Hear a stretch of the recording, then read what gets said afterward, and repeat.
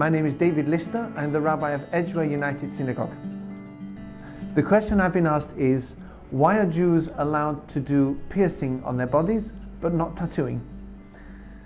We can understand this question by looking back to the history of clothes within Judaism. When Adam and Eve were put in the Garden of Eden, they were totally spiritual, they'd never sinned, and they were also naked. The Torah tells us that they were not ashamed of their nakedness, and this is explained to mean that because their bodies had not been used for anything bad, they were fine with their bodies. Their bodies were just an expression of their souls. They were totally spiritual. After they'd sinned by eating from the fruit of the tree of knowledge, they were ashamed of their bodies because they degraded their bodies, using them to sin against God. And therefore God gave them clothes. The point of the clothes was that they masked the animal that the body had become.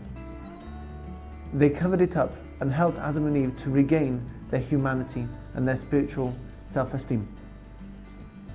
This is why we wear clothes to this day. This is why we're permitted to ornament our bodies. If we do so in a way that makes us feel more human, Torah law approves of that.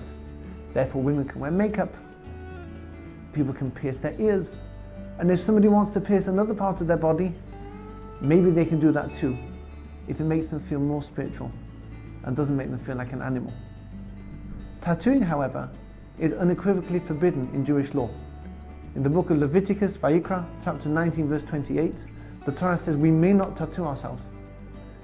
Any permanent design that's set in the flesh is not permitted.